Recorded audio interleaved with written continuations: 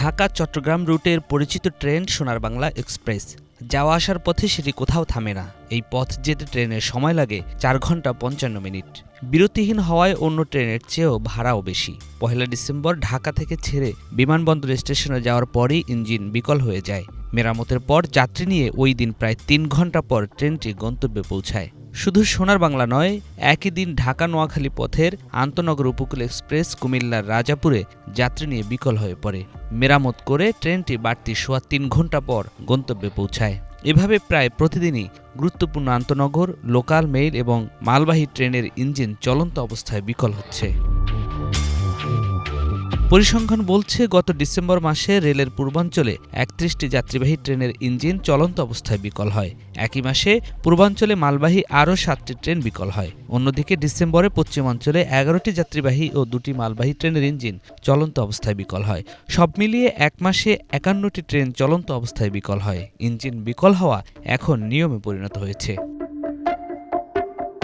সংশ্লিষ্টরা বলছেন, চলতি পথে ট্রেন বারবার বিকল হওয়ার বড় কারণ ইঞ্জিনগুলো অনেক পুরনো।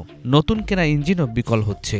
বিগত আওয়ামী লীগ সরকারের 15.5 বছরে রেলের উন্নয়নে 1 লাখ কোটি টাকার বেশি বিনিয়োগ করা হলেও নতুন রেল লাইন নির্মাণে খরচ করা হয়েছে বেশি, কিন্তু তার সঙ্গে সমন্বয় করে নতুন ইঞ্জিন কেনা হয়নি। ফলে রেলপথ বাড়লেও চলাচলকারী ট্রেনের সংখ্যা কমেছে। বিশেষজ্ঞ ও রেলের কর্মকর্তারা বলছেন, বিপুল বিনিয়োগের পরও রেলওয়ে লাইনচ্যুত হয়েছে মূলত ভুল পরিকল্পনা, দুর্নীতি, অদক্ষতা ও অপব্যয়ের কারণে।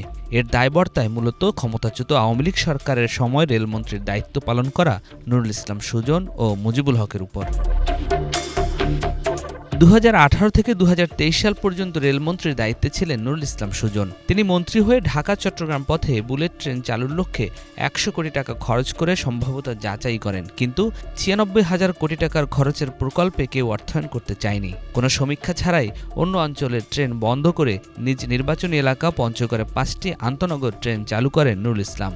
মুজিব বর্ষ উপলক্ষে 200 কোটি টাকায় পুরনো রেল ও কোচ সংস্কারের নামে অপচয়ের অভিযোগ ওঠে তার বিরুদ্ধে। করোনা মহামারীর সময় চড়া দামে সুরক্ষা সামগ্রী ও সরঞ্জাম কেনা নিয়েও সমালোচনা হয়। আওয়ামী লীগের 15.5 বছরের শাসনামলে রেলমন্ত্রী হিসাবে আরও দায়িত্ব পালন করেন প্রয়াত সৈয়দ আবুল হোসেন, প্রয়াত সুরঞ্জিত সেনগুপ্ত ও মুজিবুল হক। এর মধ্যে নুরুল ইসলাম ও মুজিবুল হকের আমলে 93 ট্রেন বন্ধ হয়েছে। 2012 সালের সেপ্টেম্বর থেকে পরবর্তী 7 বছরের বেশি সময় রেলমন্ত্রীর দায়িত্ব পালন করেন মুজিবুল হক। তার আমলেই বড় বড় রেলপথ নির্মাণের প্রকল্প নেওয়া হয় এবং বাস্তবায়িত হয়। এ সময় প্রকল্প বাস্তবায়নের সময়ক্ষেপণ ও ব্যয় বৃদ্ধির সময় হিসেবে বিবেচনা করা হয়। এর মধ্যে চট্টগ্রাম কক্সবাজার 100 কিলোমিটার রেলপথ নির্মাণে 774% পর্যন্ত ব্যয় বেড়েছে। মুজিবুল হকের আমলেই প্রায় 38,000 কোটি টাকা খরচ করে পদ্মা সেতু হয়। নতুন রেল লাইন স্থাপন প্রকল্প 22 জোড়া ট্রেন চলার সক্ষমতা থাকলেও ইঞ্জিন ও লোকবল সংকটে এখন এই পথে মাত্র 4 জোড়া ট্রেন চলে।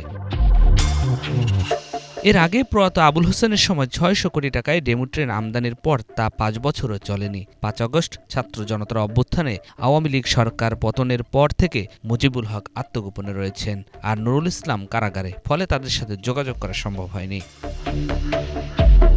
2009-10 অর্থ বছরে আওয়ামী লীগ সরকারের 15-16 বছরই সবচেয়ে লোকসানে পড়েছে রেল। বিএনপি ক্ষমতা ছেড়ে দেয় তখন লোকসান ছিল মাত্র 500 কোটি টাকার মতো।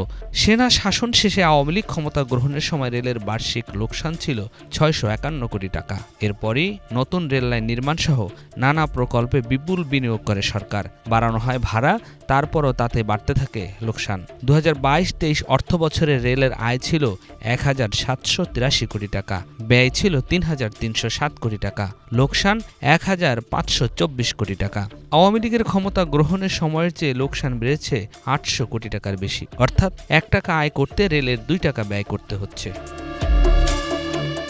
2024 সালের 8 আগস্ট অন্তর্বর্তী সরকার দায়িত্ব নেওয়ার পর নতুন 12টি ট্রেন চালু করা হয়েছে। এর মধ্যে ঢাকা থেকে গাজীপুরের পথে চলাচলকারী কমিউটার ট্রেন বেশি, তা না হলে বন্ধ ট্রেনের সংখ্যা আরও বেশি বাড়ত।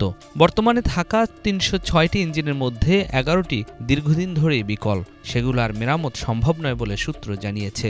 বাকি 295টি ইঞ্জিনের মধ্যে 28 থেকে 30% পালাক্রমে মেরামতে থাকে।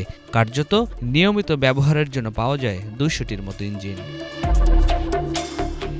News desk, Bangla vision, Dhaka.